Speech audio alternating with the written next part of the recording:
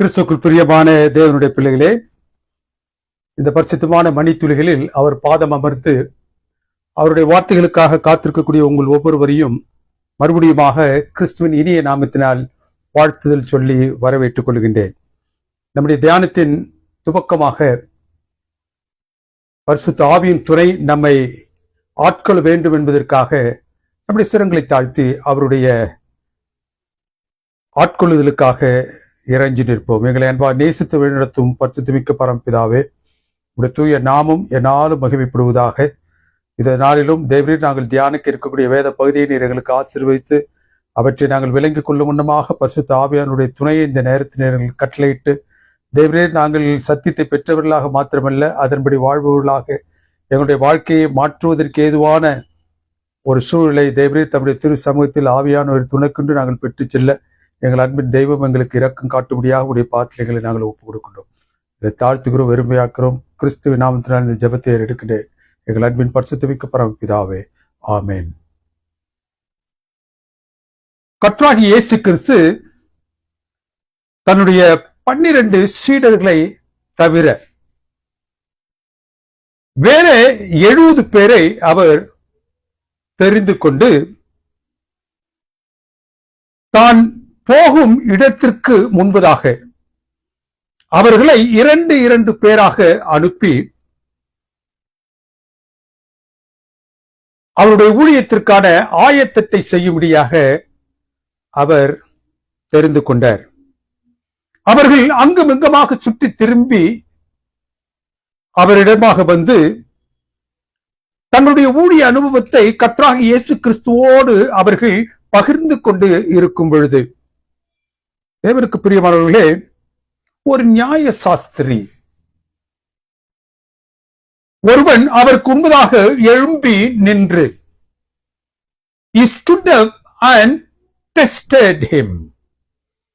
இந்த டெஸ்டட் என்று சொல்லக்கூடிய ஆங்கில பதத்திற்கு இணையான கிரேக்க பதம் ஒன்று உண்டு. AKIRAS, அக்கிராஸ். It's a very strong word.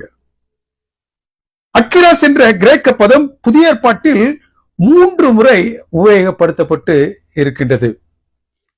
லூக்காவின் புத்தகம் 4வது அதிகாரம் 2வது அதிகாரத்தில் கர்த்தர் தன் ஞான முழுக்குக்கு பிறகு 40 நாட்களாக அவர் சோதிக்கும்படியாக வனாந்திரத்திற்கு செல்லும் பொழுது அந்த வேத பகுதி என்ன சொல்லுகின்றது? அவர் சோதிக்கப்படும்படியாக கொண்டு போகப்பட்டார். சோதிக்கப்படுதல், டெஸ்டட். இந்த கிரேக்க பதம் அக்கிராஸ் என்னும் சொல்லக்கூடிய பதம் அந்த இடத்தில் உபயோகப்படுத்தப்பட்டிருக்கின்றது. It's a very strong word. கர்த்தராகிய இயேசு கிறிஸ்து அந்த வார்த்தைக்கான அர்த்தத்தை தான் சத்துருவாகிய சாத்தானிற்கு பதில் சொல்லும் பொழுது அதை சொல்லுகின்றார். 12வது வசனத்துல 4வது அதிகாரம் லூக்காவின் புத்தகத்துல சோதிக்கப்படுதல் என்ற வார்த்தைக்கு அவர் சாத்தானுக்கு பதில் கூறும் பொழுது, உன் தேவனாகிய கர்த்தரை நீ பரீட்சை பாராது இருப்பாயாக. You shall not tempt the Lord God. இந்த tempt என்ற வார்த்தையும் அக்கிராஸ் என்ற எபிரேய அந்த வார்த்தையும் ஒரு கடினமான, it was very strong word. என்ன அதற்கு அர்த்தம்? பரீட்சை பார்த்தல். பவுல் தன்னுடைய கடிதத்தில் கொரிந்தியருக்கு எழுதும் பொழுது அதே கடினமான பதத்தை அவர் உபயோகிக்கின்றார். 1 கொரிந்தியர் புத்தகம் 10வது அதிகாரம் 9வது வசனத்தில் அவர்களில் சிலர் கிறிஸ்துவை பரீட்சை பார்த்தார்கள். லூக்காவின் புத்தகம் 10வது அதிகாரம் 25வது வசனத்துல அவ்வண்ணமாகவே அந்த நியாயஸ்திரியானவன் கர்த்தராகிய இயேசு கிறிஸ்துவினிடத்தில் வந்து அவரை பரீட்சை பார்க்கும்படியாக. அக்ராஸ் என்ற வார்த்தை அங்கு உபயோகப்படுத்தப்படுகின்றது. What must I do to inherit the kingdom of God or eternal life? நித்திய ஜீவனை நான் சுதந்திரித்துக் கொள்வதற்கு என்ன செய்ய வேண்டும்? இந்த கேள்வியை கர்த்தராகிய இயேசு கிறிஸ்துவினிடத்தில் அவன் உள்ளார்ந்த மனதில் இருந்து அவன் கேட்கவில்லை. அவரை பரிசோதிக்கும்படியாக, அவரை பரீட்சை பார்க்கும்படியாக அங்கு அந்த கேள்வியை கேட்கின்றான். எபிரேய கலாச்சாரத்துல நித்திய ஜீவன் அல்லது இட்டர்னல் லைஃப் என்று சொல்வதற்கு ஒரு ஒரு ஒரு அர்த்தத்தை உடையவர்களாக அவர்கள் இருந்தார்கள். Eternal life, we think of life as far as quantity or duration to them. நித்திய ஜீவன் என்றால் நெடுநாட்கள் வாழக்கூடிய வாழ்க்கையை குறிப்பதாக அவர்கள் அர்த்தம் கொண்டிருந்தார்கள். The word eternal life என்பது quality of life, not quantity of life. எத்தனை நாட்கள் நாம் வாழ்கின்றோம் என்பதல்ல, எப்படியாக நாம் வாழ்கின்றோம் என்பதை குறிக்கக்கூடியதான் அந்த eternal life. How quantitative we live in God. தேவனுக்குள் எவ்வளவு நேர்த்தியாக, தரமாக, பண்பு சார்ந்த வாழ்க்கையை நாம் இந்த பூலகத்தில் வாழ்கின்றோம் என்பதையே அந்த பதத்திற்கு ஒரு அர்த்தமாக கொண்டிருந்தார்கள். அந்த வாழ்வு எந்த வாழ்வு? இந்த இட்டர்னல் லைஃப் என்று சொல்லக்கூடிய நித்திய வாழ்வு என்பது தேவனோடு நாம் பரத்தில் யுகயுகமாக வாழ்வதற்கான அந்த அனுபவத்தை இந்த பூலோகத்தில் இப்பொழுது வாழக்கூடிய வாழ்க்கையாக வேதத்தில் சொல்லுகின்றது. பரத்திற்கொத்த வாழ்க்கையை இந்த பூலோகத்தில் வாழ்வது. தேவனுக்கு பிரியமான தேவனுடைய பிள்ளைகளே, to the Jews there was always a idea of quality of life, not the quantity of life. எப்படி பரலோகத்தின் அந்த யுகயுகமாக தேவனோடு வாழக்கூடிய அந்த வாழ்க்கைக்கு ஒத்த வாழ்க்கை வாழ்வதற்கு பதிலாக எவ்வளவு நாட்கள் வாழ்கின்றோம் என்பதாக அவர்கள் பொருள் கொண்டு இருந்தார்கள். சுவிசேஷ புத்தகத்தில் 2 நபர்கள் இந்த கேள்வியோடு கர்த்தராகிய இயேசு கிறிஸ்துவை அண்டி வருகின்றார்கள். அப்போஸ்தலர் நிருபத்தில் 16வது அதிகாரம் வசனங்கள் 25 40 வரைக்கும் இன்னொரு அனுபவத்தை அங்கு நாம் காண்கின்றோம். அதில் ஒரு மனிதன், சிறை அதிகாரி, அதே கேள்வியோடு அவன் வருகின்றான். அவன் பவுலையும் சீலாவையும் பார்த்து, நான் ரட்சிக்கப்படுவதற்கு என்ன செய்ய வேண்டும்? மேற்கூறிய இருவர் அவரை பரீட்சை செய்து பார்க்கும்படியாக அவரிடத்தில் இந்த கேள்வியை கேட்டார்கள். ஆனால் இந்த சிறை அதிகாரி ஆத்மார்த்தமாக உள்ளார்ந்த மனதிலிருந்து, ஆண்டவன்மாரே, நான் ரட்சிக்கப்படுவதற்கு என்ன செய்ய வேண்டும்? தேவனுக்கு பிரியமானவர்களே, அந்த இருவருக்கும் கிறிஸ்து உரிய பதிலை கொடுக்கவில்லை. அந்த நியாயசாஸ்திரிக்கும் சரி, அந்த வாலிப ஐஸ்வர்யவானுக்கும் சரி, அவர்கள் கேட்ட கேள்விக்கு உரிய பதிலை அவர் அங்கு கொடாமல் அவர்களிடத்தில் என்ன கேட்கின்றார்? நித்திய ஜீவன் என்றால் என்ன?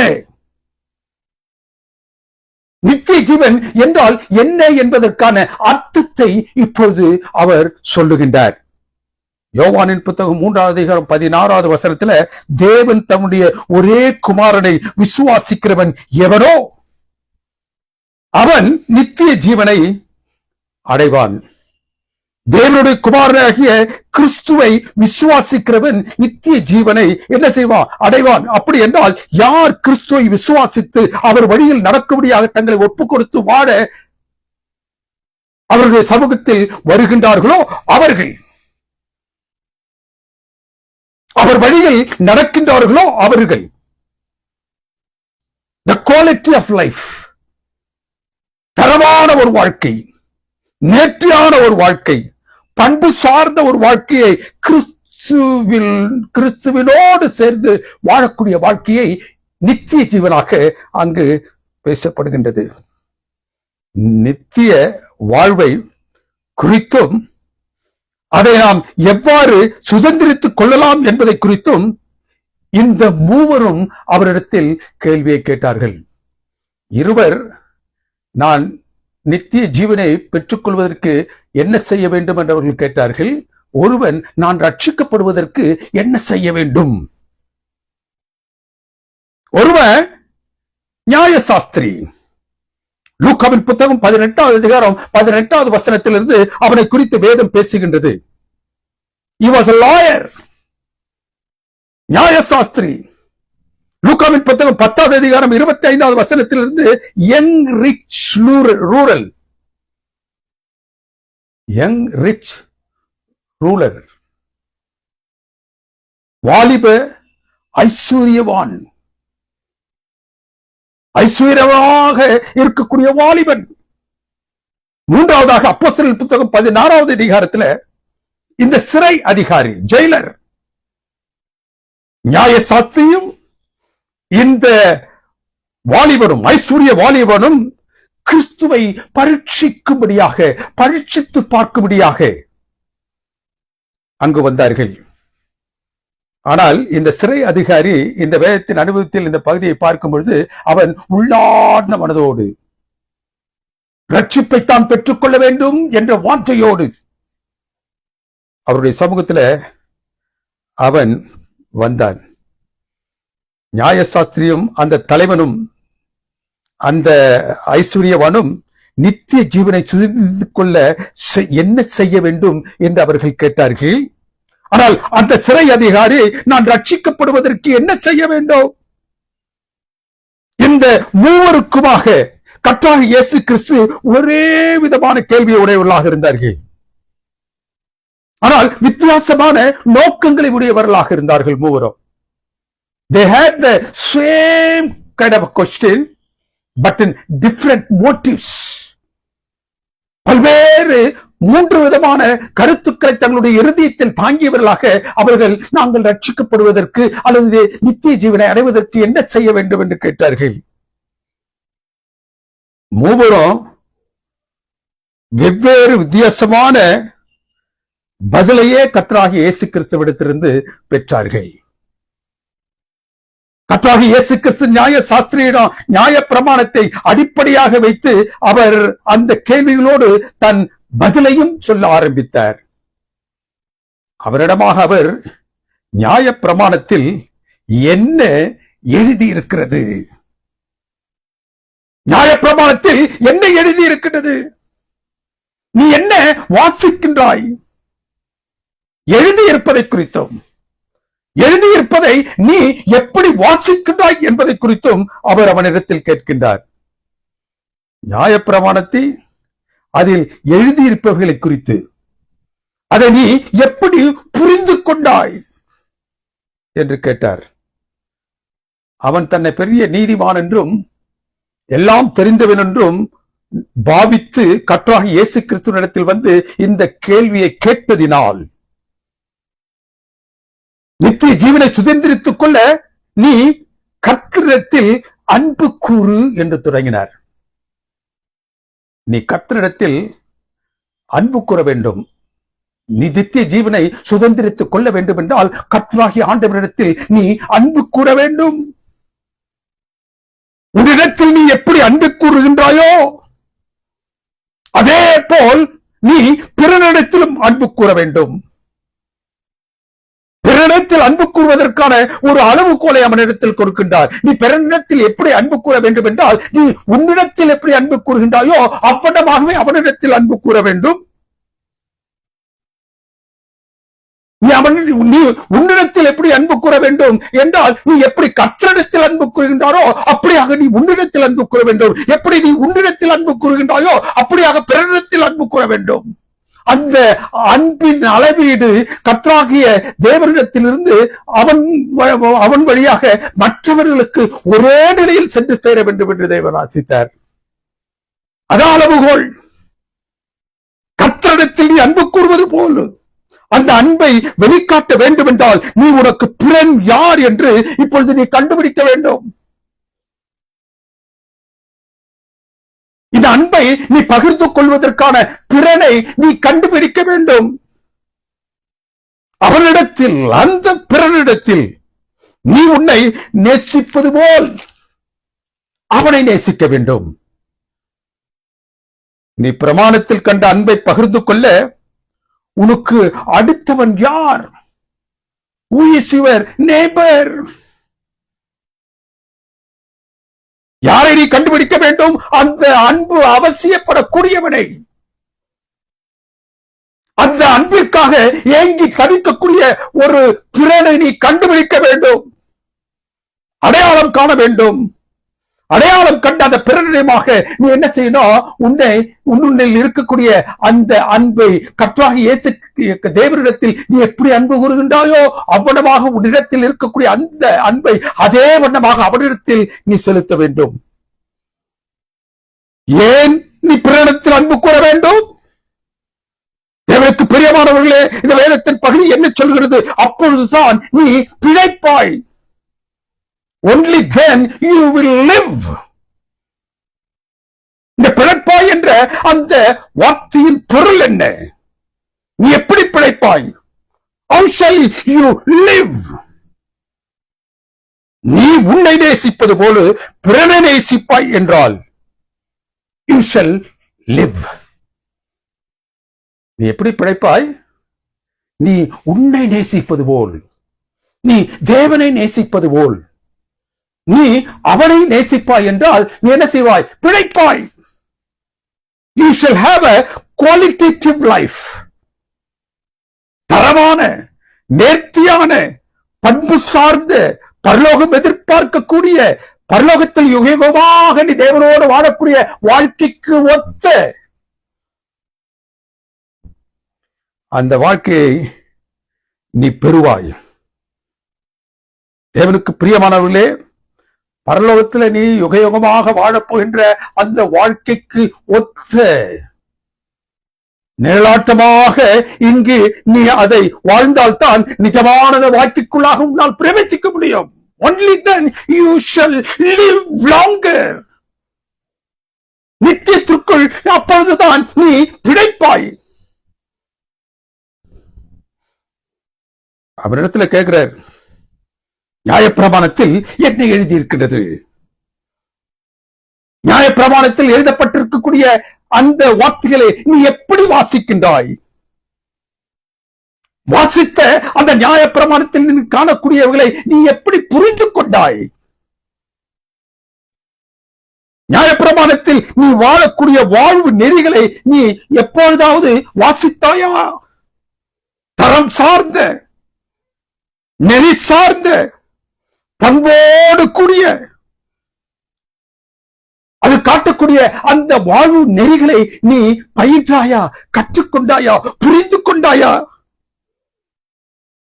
அதுவே the quality of life, eternal life. அது நீ கிறிஸ்துவை விசுவாசித்து அவரை போன்று நித்தியத்திற்கு உரியவனாய் வாழக்கூடிய வழியை அறிந்தாலுடைய அவனுக்கு தான் இந்த நல்ல குமாரனுடைய கதையை சொல்றார். நல்ல குமாரனுடைய கதையை பிறனை அவன் கண்டுபிடித்தான். அவன் பிறனை கண்டுபிடித்தது போன்று அந்த பிறனை குற்றுயிராக இருக்கும் பொழுது அவன் என்ன செஞ்சான்? நேசித்தான். எப்படிப்பட்ட நேசிப்பு? He was in action. வாயளவில் அவனை நேசிக்கவில்லை, வார்த்தை அளவில் அவனை நேசிக்கவில்லை. அவன் என்ன செய்தான்? அள்ளி அணைத்து காயங்களை கட்டி அவனுக்கு என்ன செய்ய வேண்டுமோ அவை அனைத்தையும் செய்தான்.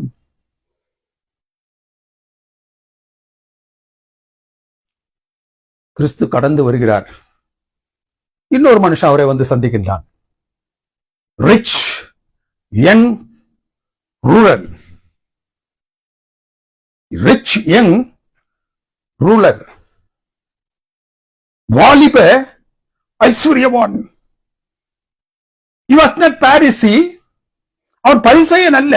ஆனால் அவன் சபையினுடைய தலைவனாக இருந்தான். யங் ரிச் ரூலர், வாலிப ஐஸ்வர்யவான்.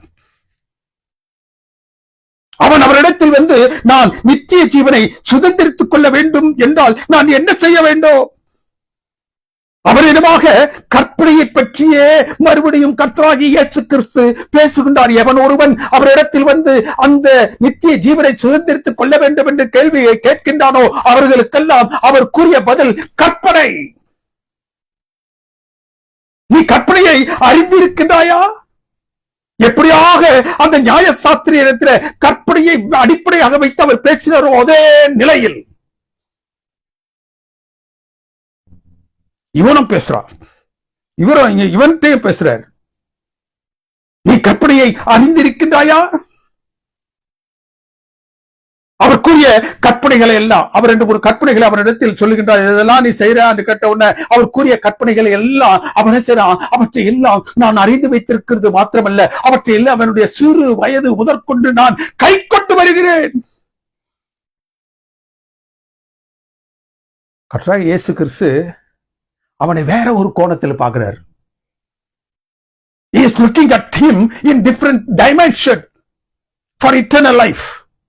நீ நித்திய ஜீவனை அடைய வேண்டும் என்று இடத்தில் வந்து கேட்கின்றாயே, அதற்காக நான் கூறியவற்றை நீ இதையெல்லாம் செய்தார். ஆனால் இன்னொரு கண்ணோட்டத்தை பரலோகம் உன் மீது வைத்திருக்கின்றது. அந்த நிலையில் நீ வாழ்கின்றாயா என்ற கண்ணோட்டம்.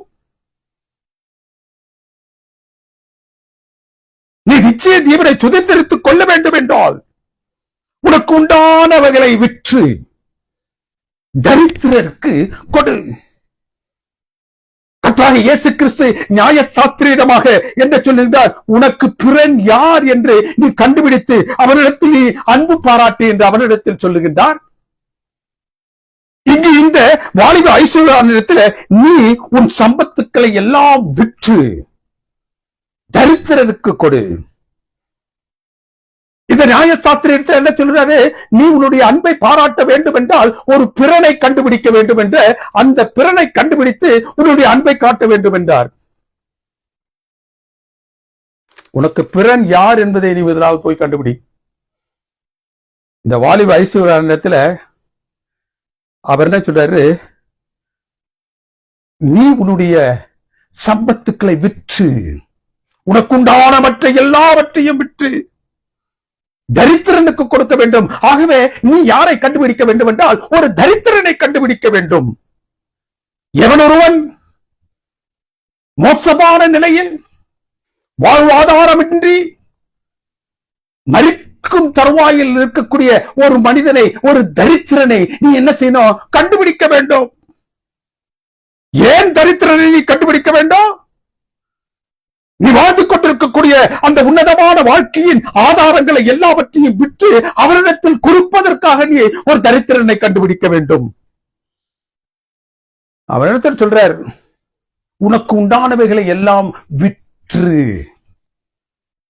ஒரு பகுதியை விற்று என்று சொல்லவில்லை. certain percentage of your property என்று அவர் சொல்லவில்லை. entire wealth, உன்னுடைய சம்பத்துக்கள் அனைத்தையும் நீ அடமானம் வைத்து அதிலிருந்து வரக்கூடிய பணத்தின் மூலமாக அவரிடத்தில் நீ அந்த தரித்திரத்திற்கு அதை கொடுக்க வேண்டும் என்று சொல்லவில்லை. ஏனால் அடமானம் வைக்கக்கூடிய ஒன்று மீட்பதற்கு ஏதுவாக அது என்ன செய்யும்? மாறி போகும். அவரிடத்தில் என்ன சொல்லுகிறாரு?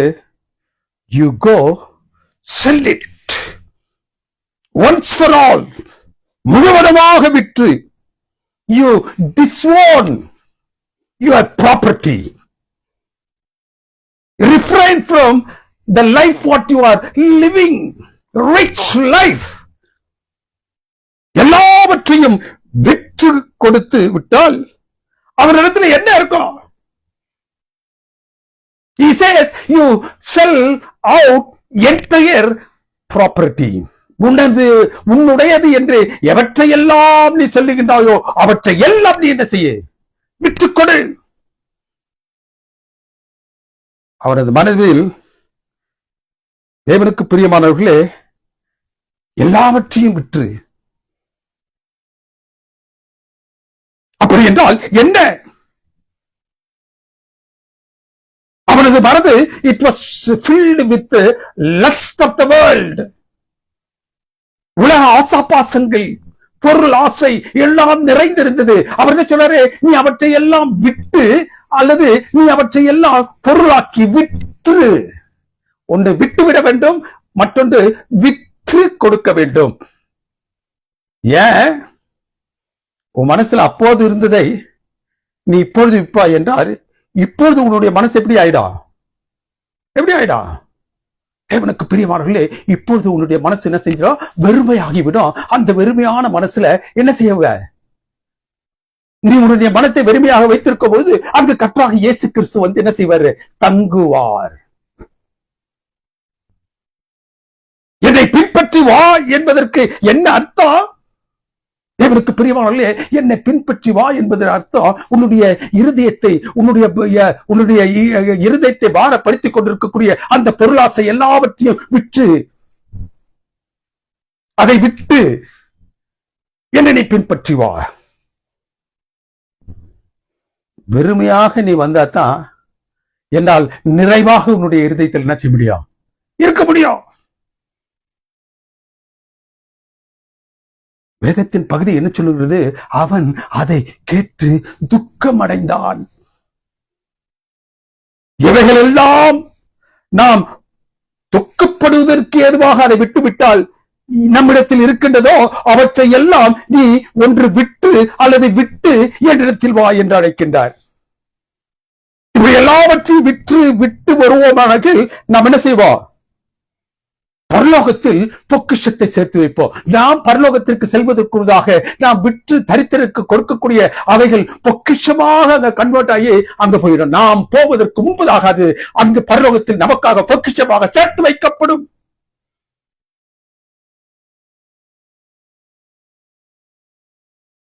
மூன்றாவது அனுபவம் பவுலுக்கும் சீலாவுக்கும் கிடைக்கப்பட்ட அனுபவம். என்ன அனுபவம்? சிறை அதிகாரி அனுபவம். அந்த சிறையில் அவர்கள் இருந்து விடுதலை பெற்றவர்களாக வெளியில் வர வேண்டிய நேரத்தில் அந்த சிறை அதிகாரி பவுலிடத்தில் சீலாவிடத்தில் வந்து கேட்கிறான், நாங்கள் ரட்சிக்கப்படுவதற்கு என்ன செய்ய வேண்டும்? What I must do to be saved? சிறைச்சாலையில் அந்த இரவு முழுவதும் நடந்த எல்லாவற்றையும் அவன் பார்த்துக் கொண்டிருக்கின்றான். எவற்றையெல்லாம் அவன் பார்க்கின்றான்?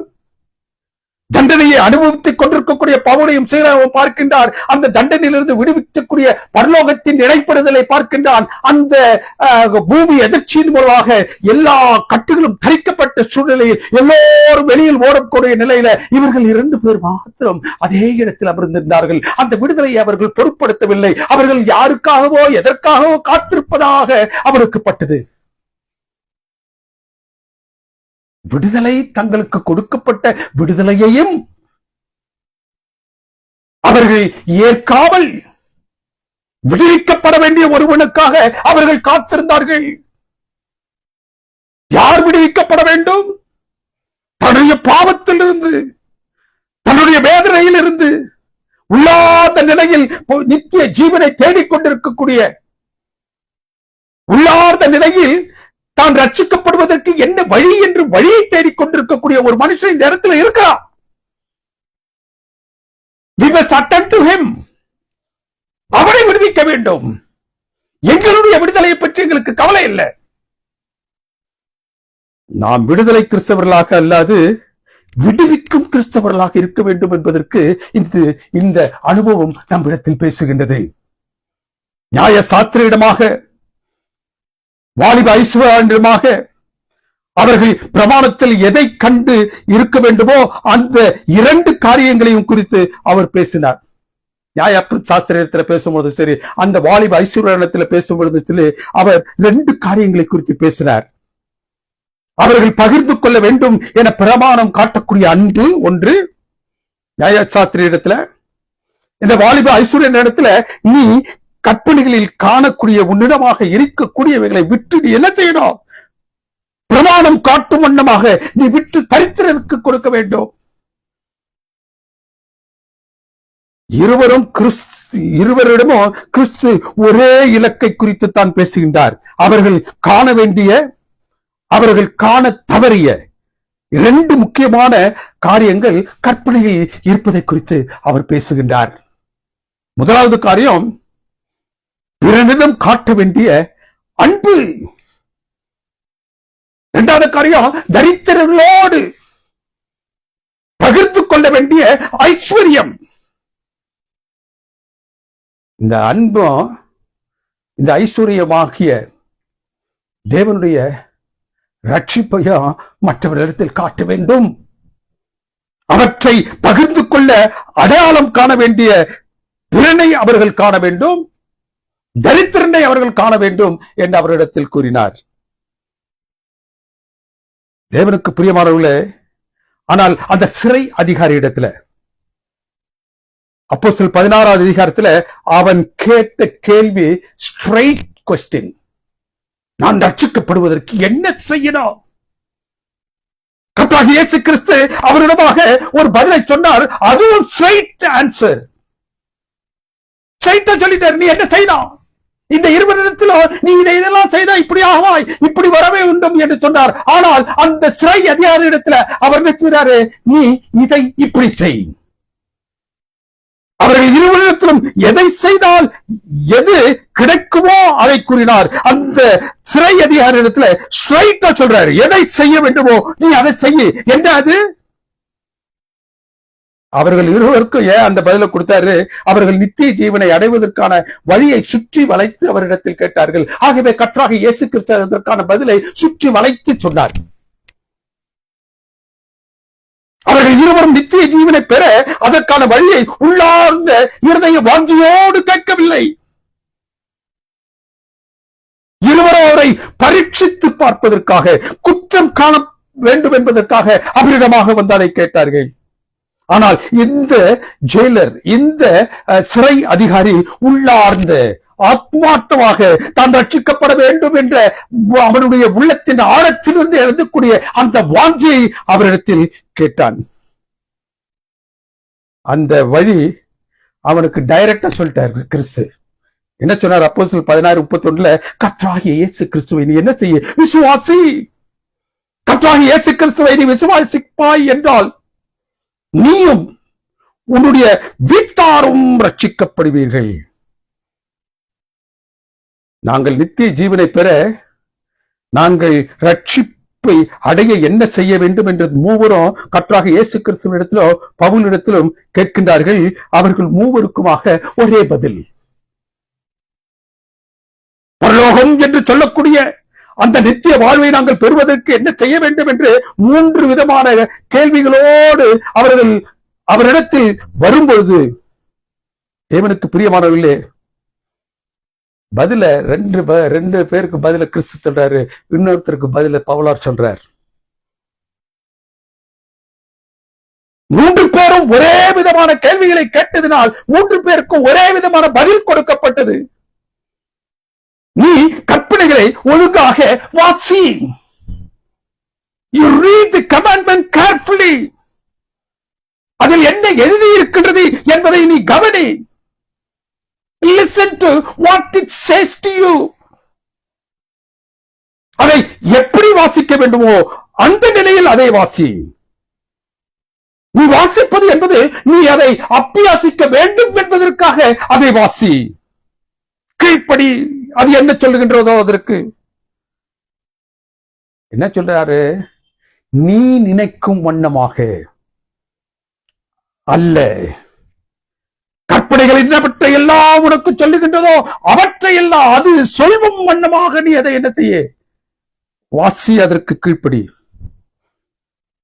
அதுல உனக்கு வேண்டிய மட்டும் நீ எடுத்துக்கிட்டு வேண்டாதவையெல்லாம் விட்டு விடுவதற்காக கற்பனையை நீ என்ன செய்யாத? வாசிக்காதே. நீ ரட்சிக்கப்பட, நீ நித்திய ஜீவனை அடைய கற்பனைகளை அதில் இருக்கும் வண்ணமாக கைக்கொள். Whatever the commandment demands, you obey. உண்மையான சாட்சி உடையவனாக இரு. யார்கிட்ட சொல்றாரு? ஜெயிலர்கிட்ட. நியாய சாஸ்திரியம் வாலிப ஐஸ்வர்யமானும் நித்திய ஜீவனுக்கு ஆன வழியை கிறிஸ்து கூறிய உடனே அவர்கள் என்ன செய்தார்கள் என்று வேதம் சொல்லுகின்றது. அவர்கள் துக்கித்தார்கள், துக்கமடைந்தார்கள். பிறகு அவர்கள் இருவருமே அவரை காணவும் வரல, அவர் கூறியதை அவர்கள் ஏற்றுக்கொள்ளவும் இல்லை. There was no meeting of them with Jesus anymore recorded in the scriptures. லூக்காவின் புத்தகம் 18வது அதிகாரம் 26வது வசனத்துல இந்த சம்பாஷணையை சுற்றி இருந்து கேட்டுக்கொண்டிருந்த the third party, இவர்கள் பேசிக் கொண்டிருப்பதை, கிறிஸ்துவும் அவர்களும் பேசிக் கொண்டிருப்பதை, அவர்கள் கேட்கக்கூடிய கேள்விகளை கேட்டார்கள். கர்த்தராகிய இயேசு கிறிஸ்து சொல்லக்கூடிய பதிலை அவர்கள் கேட்டார்கள். இப்பொழுது அவர்களுக்கு ஒரு கேள்வி வந்துருச்சு, சுற்றி நின்று இருந்தவர்களுக்கு, மற்றவர்களுக்கு. அப்படி என்றால் இயேசு கிறிஸ்துவே, ஆண்டவரே, ரபியே, யார்தான் ரட்சிக்கப்படக்கூடும் நீர் இப்படி சொல்வீர் என்றால்? கற்பனைகளை பின்பற்றவோ, உண்மை பின்பற்றவோ, உம்மை தொடர்ந்து வருவோ எங்களால் முடியாதே. It is very hard to follow you. It is very hard to observe the commandments. அப்ப அவருக்கு ஒரு பதில் சொல்றார். லூக்காவின் புத்தகம் 18வது அதிகாரம் 27வது வசனத்துல, மனுஷரால் கூடாதவைகள் தேவனால் கூடும். எவற்றையெல்லாம் நீங்கள் உங்களுடைய மனுஷ பலத்தினால் எங்களால் செய்ய முடியாது என்று நினைக்கின்றார்களோ அவை அனைத்தும் தேவனால் கூடும். 1 யோவானின் புத்தகம் 5வது அதிகாரம் 3வது வசனம் சொல்லுது, நாம் தேவனுடைய கற்பனைகளை கை கொள்வதே அவரிடத்தில் அன்பு கூறுதலாகும். அவருடைய கற்பனைகள் பாரமானவைகள் அல்ல. நீங்கள் அவருடைய கற்பனையை கை கொள்வதாக அவருடைய பாதத்தில் வந்து உங்களை ஒப்புக் கொடுப்பீர்கள் என்றால் அந்த கற்பனைகள் பாரமானவைகள் அல்ல. சத்துவாகிய சாத்தான் என்னப்போது என்ன செய்கின்றான்? மனித சிந்தனையில் கற்பனை குறித்து அவைகள் பாரமானவைகள், அதை உங்களால் கை கொள்ள முடியாது என்ற ஒரு எண்ண தாக்கத்தை அவர்களில் உண்டாக்குகின்றான். பின்பற்ற முடியாதவை என்று ஒரு பிம்பத்தை கிறிஸ்துவ உள்ளங்களில் அவன் ஏற்படுத்துகின்றான். ரட்சிக்கப்படும்படியாக கிறிஸ்து காட்டும் வழி வித்தியாசமானதாகவும் பின்பற்றுவதற்கு கடினமான ஒன்றாகவும் இருக்கிறதே என்றால், லூக்காவின் 18வது அதிகாரம் 27வது வசனம் சொல்லுது, மனுஷரால் கூடாதவைகள் கர்த்தரால் ஆகும், தேவனால் கூடும். On the process of one being saved, God imputes his righteousness. ஒருவன் தான் ரட்சிக்கப்படுவதற்கு ஏதுவாக தன்னை அந்த சிறை அதிகாரியை போன்று ஆத்மாத்மாக தேவனுடைய சமூகத்தில் தன்னை அவன் படைக்கும் பொழுது பார்க்கிறார் தேவன், அவனுடைய முடியாமையை பார்க்கிறாரு. மனுஷத்தில் அவனால் இந்த காரியத்தெல்லாம் முடியாது என்று சொல்லக்கூடிய அந்த முடியாமையை பார்த்துட்டு அவர் சும்மா இருக்கல. God imputes his righteousness. அவர் தன்னுடைய நீதியை பாராட்டி அவனை பலப்படுத்துகின்றார், அவனை தகுதிப்படுத்துகின்றார். மனுஷரால் அவருடைய சொந்த பலத்தால் செய்ய முடியாத அந்த காரியத்தை செய்ய அவர் தன் நீதியை பாராட்டுகின்றார், பலப்படுத்துவதற்காக. எனக்கு பிரியமானவர்களே, இக்கால கிறிஸ்தவத்தில் தங்களால் கற்பனையை ஏற்றுக்கொள்ள முடியவில்லையே என்று பாரப்பட்டிருக்கக்கூடிய உள்ளங்களை இப்பொழுது சத்துவாகிய சாத்தான் சந்திக்கின்றான். எப்படி சந்திக்கிறான்? அந்த கற்பனைகள் பாரமானவைகள் தான், பின்பற்ற முடியாதவைகள் தான். ஆகவே தான் அந்த கற்பனைகளை கர்த்தராகிய இயேசு கிறிஸ்து தன்னுடைய சிலுவை மரணத்தின் போது அந்த சிலுவையில என்ன செஞ்சிட்டாரு? அறைஞ்சிட்டார். It is gone. ஒருவரையும் அந்த அந்த கற்பனை என்ன செய்யறதில்ல, ஆளுமை செய்வதில்லை, இருட்டில் தள்ளிவிட்டார். எந்த ஒன்றை கிறிஸ்து நித்திய ஜீவன் பெற ரட்சிக்கப்படுவதற்கு மிகவும் அவசியம் என்று சொன்னாரோ அது ஒழிந்து போயிற்று என்று முடிச்சிட்டார்.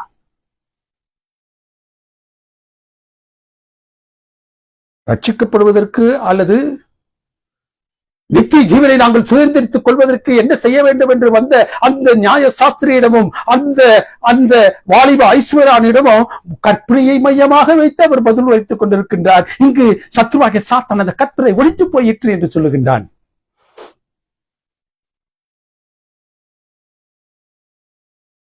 அந்த 2 பேரும் நியாய சாஸ்திரியும் சரி, வாலிப ஐஸ்வர்யமானும் சரி, கர்த்தராகிய இயேசு கிறிஸ்து நித்திய ஜீவனை அடைவதற்கு என்ன செய்ய வேண்டும் என்று சொன்னாரோ அதை அவர்கள் கேட்ட மாத்திரத்திலேயே இந்த வேதத்தின் பகுதி என்ன சொல்லுகிறது? அவர்கள் துக்கத்தோடு மனமடிவாக திரும்பி போனார்கள். They never came back to him anymore. ஆனால் இந்த சிறை அதிகாரியோ, நீங்கள் ரட்சிக்கப்பட கர்த்தராகிய இயேசு கிறிஸ்துவை விசுவாசியுங்கள் என்று பவுல் கூறிய மாத்திரத்தில் தானே அவன் தன்னை ஒப்புக் கொடுத்தான். அவன் ஒப்புக் கொடுத்தது மாத்திரமல்ல, அதற்கு அடையாளமாக ஞான முழுக்கு பெற்றான். அடுத்த வசனத்தை சொல்லுது, அந்த அப்போஸ்தலர் புத்தகம் 16 அதிகாரம் 34 வசனத்தில் அவனும் அவனது வீட்டாரும் தேவனிடத்தில் விசுவாசம் உள்ளவர்களாகி மிகவும் மகிழ்ச்சியாக சென்றார்கள். இவங்க 2 பேரும் மனமடிவாகி துக்கத்தோடு போனாங்க. எவன் ஆத்மார்த்தமாக மனதார நான் ரட்சிக்கப்பட வேண்டும் என்று எந்த ரட்சிப்பை தன்னுடைய கரத்தில் ஏந்தி அங்கும் இங்குமாக தெரிந்து கொண்டிருக்கின்றார்களோ அந்த பவுல் சீலாவிடம் அவருடைய வாயிலிருந்து மலர்ந்த அந்த வழியை கேட்டு நாங்கள் எங்களை ஒப்புக் கொடுக்கின்றோம் என்று கர்த்தராகிய இயேசு கிறிஸ்து விசுவாசித்து அந்த விசுவாசத்தை மாத்திரம் அவர்கள் விசுவாசத்தோடு நிறுத்திக் கொள்ளாமல் அதற்கு உறுதுணையாக அதற்கு இணையாக அவர் தங்களை என்ன செஞ்சாங்க? ஞான முழுக்கின் மூலமாக ஒப்படைத்தார்கள். அவர்கள் எப்படி சென்றார்கள்? திரும்பி போகும்பொழுது மன மகிழ்ச்சியோடு சென்றார்கள். கற்பனைகளை பெயர் அளவில் தெரிந்து வைத்திருந்தாலோ, அந்த கற்பனைகளை தங்களுக்கு ஏற்ற விதத்தில் வாசித்தாலோ, if you are going to turn the concept of commandment according to your will and wish, you will lose your eternal life. கற்பனைகளை பெயர் அளவில் அல்ல, அந்த கற்பனைகளை தங்களுக்கு ஏற்ற விதத்தில் அல்ல. இது எனக்கு தேவையானது, இது எனக்கு தேவையற்றது என்ற நிலையில அந்த கற்பனையை உங்களுக்கு முன்பாக வைத்து எதுவெல்லாம் உங்களுக்கு தேவையோ எதுவெல்லாம் உங்களுக்கு தேவையில்லையோ அதை கற்பனையிலிருந்து நீங்கள் பிரித்து எடுத்து வாழக்கூடிய வாழ்க்கை அல்ல, கற்பனைகளை வழி வாழக்கூடிய ஒரு வாழ்க்கை. வேதம் ரொம்ப அழகா சொல்லுது, கற்பனைகளில் ஒன்றை மீறியவன் மற்ற 9ஐயும் மீறியவன். சாத்தானுக்கு நல்லா தெரியும், எந்த ஒன்றை மீறினால் மற்ற 9 மீறப்பட்டது ஆகிவிடும் என்ற அந்த சூத்திரத்தை சாத்தான் சத்துருவாகிய சாத்தான் நன்றாக அறிந்து வைத்திருக்கின்றான். ஆகவே எந்த ஒன்றை அவர்கள் மீற வேண்டும் என்று அவன் விரும்பினானோ, எந்த ஒன்றை அவர்கள் மீறினால் அவர்கள் ரட்சிப்பை இழந்து போவார்களோ அந்த ஒன்றை குறித்து அவன் பேசுகின்றான். அந்த ஒன்றை மீறுபடியாக சத்துருவாகிய சாத்தான் இந்த நாட்களில் கிறிஸ்தவத்தில் அவன் என்ன செய்யறான்? வலம் வருகின்றான். ஏன் கற்பனையை அதில் ஒரு குழப்பத்தை சத்துருவாகிய சாத்தான் ஏற்படுத்துகின்றான்? கற்பனையில டூஸ் என்றும் டோன்ட் டூ என்றும் 2 விதமான கற்பனைகள் உண்டு. இதையெல்லாம் நீ செய், இதையெல்லாம் நீ செய்யாதே. இதையெல்லாம் செய்வதனால், இதையெல்லாம் செய்யாதிருப்பதினால். கமாண்ட், செய்ய செய்யாதே. அந்த 2 விதமான கற்பனைகளுக்கு மத்தியில ஒரு கற்பனை மாத்திரம் என்ன செய்கிறது? நினைப்பாயாக, அதை ஆச்சரிப்பதற்கு நீ நினைப்பாயாக.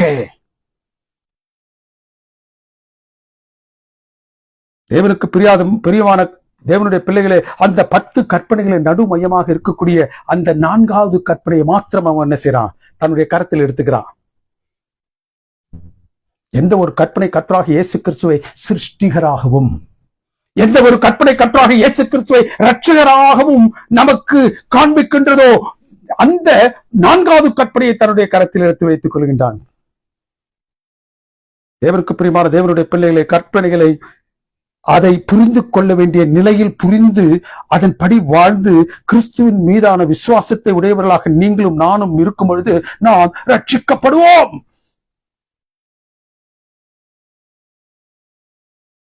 கற்பனைகள் அவசியம் என்பதற்கு நியாயசாஸ்திரியும் வாலிப ஐஸ்வர்யானும் அவருடைய அனுபவத்தை தேவன் கர்த்தராகிய இயேசு கிறிஸ்து இங்கு பதித்து வைத்திருக்கின்றார். கிறிஸ்துவை விசுவாசிக்க வேண்டும் என்பதற்காக அந்த சிறை அதிகாரியுடைய அனுபவத்தை அங்கு வேதத்தில் வைத்திருக்கின்றார். இவைகள் ஒரு எடுத்துக்காட்டு. இந்த மூவருமாக சேர்ந்து ஒரே கேள்வியை கேட்டார்கள், நித்திய ஜீவனை அடைவதற்கு அல்லது நாங்கள் ரட்சிக்கப்படுவதற்கு என்ன செய்ய வேண்டும்? அந்த மூவருக்காகவோ அவர்களோடு சேர்த்து இந்த கடைசி காலத்தில் வாழ்ந்து கொண்டிருக்கக்கூடிய உங்களுக்காகவும் எனக்காகவோ அவர் என்ன செய்றாரு? ஒரு பதிலை கொடுக்கின்றார். என்ன பதிலு? கற்பனை, கிறிஸ்துவின் மீதான விசுவாசம், சாட்சி. ஏன் இது ரெண்டும் இருக்கணும்? தேவனுக்கு பிரியமானே ஒரு ஒரு தேவனுடைய திருச்சபை என்பதற்கு அடையாளமாகவும் தேவனுடைய பிள்ளைகள் கடைசி காலத்தில் வாழக்கூடியவர்களுக்கான அடையாளமாகவும் அங்கு வேதம் என்ன சொல்லுகிறது? வெளிப்படுத்தல் புத்தகம் 12வது அதிகாரம் 17வது வசனத்துல அவர்களிடத்தில் கற்பனை இருக்கும், கர்த்தராகிய இயேசு கிறிஸ்துவின் மீதான விசுவாசம் இருக்கும். அந்த மக்களை கண்டுதான் கடைசி காலத்தில் சத்ருவாகி சாத்தான் யுத்தம் செய்யும்படியாக போவான். இந்த ரெண்டுல ஒன்று இருந்தாலும் சரி, ஒன்று இல்லாவிட்டாலும் சரி, அக்காலத்தில் கர்த்தராகிய இயேசு கிறிஸ்துவை யூதர்கள் வெறுத்தார்கள், புறம் தள்ளினார்கள், அவருடைய கருத்தில் கற்பனையை இறுகப்பட்டுக் கொண்டார்கள். தேவனுக்கு பிரியமானவர்களே, இக்காலத்தில் உள்ள கிறிஸ்தவர்கள் கிறிஸ்துவை இறுக்கப்பட்டுக் கொண்டு கற்பனைகளை விட்டு விட்டார்கள். அவர்கள் எங்களை கட்டுப்படுத்துவதில்லை. அருமையான ரெண்டு எடுத்துக்காட்டு. நியாயசாஸ்திரி, வாலிப ஐஸ்வர்யவான் ஸ்ட்ரைட்டா வந்து கேட்கிறாங்க, நாங்கள் நித்திய ஜீவனை அடைந்து கொள்வதற்கு என்ன செய்ய வேண்டும்? கற்பனை பத்தி தான் பேசுறார். கற்பனையில் உள்ள அன்பை குறித்து பேசுகிறார். அந்த அன்பு எப்படி மற்ற பிறரிடத்தில் காட்டப்பட வேண்டும் என்பதை பேசுகின்றார். கற்பனையில இருக்கக்கூடிய நீ உனக்கு உண்டானதை விற்று உனக்கு உண்டானவைகளை எல்லாம் நீ விட்டு அதை இல்லாமல் இருக்கக்கூடிய நீ பரத்திலிருந்து பெற்றிருக்கக்கூடிய அந்த ரட்சிப்பின் அந்த பாதையை நீ என்ன செய்ற?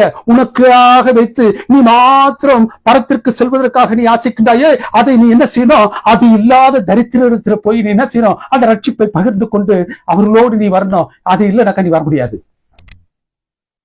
இதுதான் கற்பனை பேசக்கூடிய ஒன்று. அந்த கற்பனையை நீ என்ன செய்யணும்? உடைய கருத்தில் வைத்திருக்கணும். கர்த்தராகிய இயேசு கிறிஸ்துவை நீ என்ன செய்யணும்? விசுவாசிக்கணும். அதற்கு சாட்சியாக இருக்க வேண்டும். இந்த ரெண்டும் இருக்கக்கூடிய தேவனுடைய பிள்ளைகள் அவருடைய பிள்ளைகளாகவும் பரத்தின் சுதந்திரவாளிகளாகவும் ஆவார்கள் என்ற திட்டவட்டமான ஒரு சத்தியத்தை தேவன் இந்த நாளில் வைத்திருக்கின்றார். நாம் என்ன செய்து கொண்டிருக்கின்றோம்? கற்பனையை பற்றி அறிந்து வைத்திருக்கின்றோமா? அந்த கற்பனையை நம்ம எப்படி வாசிக்கிறோம்? புரிதலோடு வாசிக்கின்றோமா? அந்த கற்பனையில் தேவன் வைத்திருக்கக்கூடிய நித்திய ஜீவனுக்கான வழியை தெரிந்து கொள்ளுதல் என்ற நிலையில் அதை வாசிக்கின்றோமா? சும்மா ஆசிட்டு போயிடுறோமா? அதான் கேட்கிறார் அவர்கிட்ட. How do you read it? How do you read it? What does the law say? And how do you read it? பரிசுத்தமான கட்டளைகள் என்ன சொல்லுகின்றது? அதை நீ எப்படி அறிந்து வைத்திருக்கின்றாய்? அதை எப்படி நீ வாசிக்கின்றாய்? நீ வாசிக்க வேண்டிய விதத்தில், நீ அதை நேசிக்க வேண்டிய விதத்தில் நேசிப்பாய் என்றால் தான் நித்திய ஜீவன். நித்திய ஜீவன் ரட்சிப்பை நான் எப்படி அறிந்து கொள்ள வேண்டும், அடைய வேண்டும் என்று நேரடியான கேள்வியை பவுல் சமூகத்துல, தேவனுடைய ஊழியக்காரனுடைய சமூகத்துல அந்த ஜெயிலர் வைக்கிறான். பவுல் ஒரு ஆழமான ஒரு வழியை அங்கு சொல்ற, நீ கர்த்தராகிய இயேசு கிறிஸ்துவை விசுவாசி,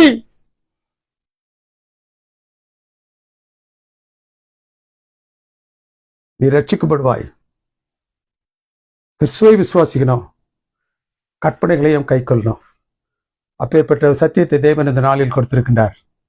கற்பனையை விசுவாசித்தவர்களாக, கற்பனையை நேசித்தவர்களாக, கிறிஸ்துவை விசுவாசித்தவர்களாக நம்முடைய வாழ்க்கையில் இந்த நாட்களில் செய்யும் பொழுது அவர் வரும் இந்த நாளிலே இதோ இவருக்காக காத்திருந்தவருடைய ரட்சிப்பிலே களிக்கூறும் என்று சொல்லக்கூடிய கூட்டத்தாரோட நீங்களும் நானும் என்ன செய்வோம்? காணப்படுவோம், அந்த பரத்தை அடைவோம். அப்பேற்பட்ட ஸ்லாக்கியத்தை தேவன் உங்கள் ஒவ்வொருவருக்கும் தந்தருளாக. ஆமென். எங்களை அன்பா நேசித்து வழிநடத்தும் பரிசுத்தமிக்க பரம்பிதாவே, உங்களுடைய தூய நாமம் மாத்திரமே மகிமைப்படுவதாக. இதோ இந்த நாளிலே தேவரீர் எங்களுக்கு ஒரு ரட்சிப்பின் பாதையை நீர் காட்டியிருக்கின்றீர். சத்ருவாகிய சாத்தான் எங்களை எவ்வளவாக புறம்பாக்கி போடும் வண்ணமாக அந்த கற்பனையை எங்களுடைய கரங்களில் இருந்தும் மனங்களில் இருந்தும் விலக்கி போடுவதற்கு ஏதுவானது எல்லா பிரயத்தனங்களும் செய்கின்றான் என்பதை நாங்கள் இந்த நேரத்தில் நினைத்து உடைய பாத்திரங்களை நாங்கள் ஒப்புக் கொடுக்கின்றோம். கற்பனையை நாங்கள் வாசிப்பவர்களாக மாற்றமல்ல, அதை நேசிப்பவர்களாக, அந்த கற்பனைகள் என்ன ஒரு ஆழமான ரட்சிப்பின் பாதையை நீர் வைத்திருக்கின்றோ அதை புரிந்து கொண்டவர்களாக எங்களுடைய வாழ்க்கையில் நாங்கள் கடந்து செல்வதற்கு ஏதுவாக எங்கள் ஒவ்வொருவரையும் பிரத்யேகப்படுத்தி ஆசீர்வதிக்கும்படியாக உடைய பாத்திரங்களை நாங்கள் ஒப்புக் கொடுக்கின்றோம். உம்மை நேசிப்பவர்களாகவும் கிறிஸ்துவை விசுவாசிப்பவர்களாகவும் கற்பனைகளை எங்களுடைய கரங்களில் வைத்துக் கொண்டவர்களாகவும் நாங்கள் கடந்து செல்லும்போது சத்ருவாகிய சாத்தனைகளை கண்டு அவன் என்ன செய்வான்? ஓடி போவான் என்று வேதம் சொல்லுகின்றதே. அத்தகைய தைரியம் உடையவர்களாக, அத்தகைய பலனை பெற்றவர்களாக இந்த நாட்களில் நாங்கள் கடந்து செல்லக்கூடிய பெரும் பாக்கியத்தை நீர் எங்கள் ஒவ்வொருவருக்கும் தந்தரில் உடைய பாத்தில் ஒப்புக் கொடுக்கின்றோம். இந்த சத்தியத்தை ஆங்காங்கு பல்வேறு இடங்களில் இருந்து கேட்டுக்கொண்டிருக்கக்கூடிய தேவரே தமது பிள்ளைகள் ஒவ்வொருவரையும் நீர் ஆசீர்வதித்தரலாம், அவர்கள் குடும்பங்களை நீர் ஆசீர்வதித்தரலாம். சீக்கிரமாக வரப்புகின்ற ராஜ்யத்திலே அவர்களும் தங்களுடைய பங்கை பெறுபவர்களாக தேவரீருடைய வருகை காத்திருக்கக்கூடிய கூட்டத்திலே நாங்கள் ஒவ்வொருவரும் காணப்படக்கூடிய பெரும் பாக்கியத்தை நீர்களுக்கு தந்ததுவ கிறிஸ்துவின் நாமத்தினால் ஜெபிக்கின்ற எங்கள் அன்பின் பரிசுத்தமிக்க பரம்பிதாவே. ஆமேன். கர்த்தராகிய இயேசு கிறிஸ்துடைய கிருபை, பிதாவுடைய அன்பும் பரிசுத்த ஆவியானுடைய அந்யோன்ய ஐக்கியம் சிநேகமும் நம் அனைவரோடும் விசேஷமாக இந்த செய்தியை ஆங்காங்கு இணையத்தின் மூலமாக கேட்டுக்கொண்டிருக்கக்கூடிய பிள்ளைகள் ஒவ்வொருவரோடும் இன்றும் இன்றும் சதா காலங்களிலும் இருப்பதாக. ஆமேன், ஆமேன், ஆமேன்.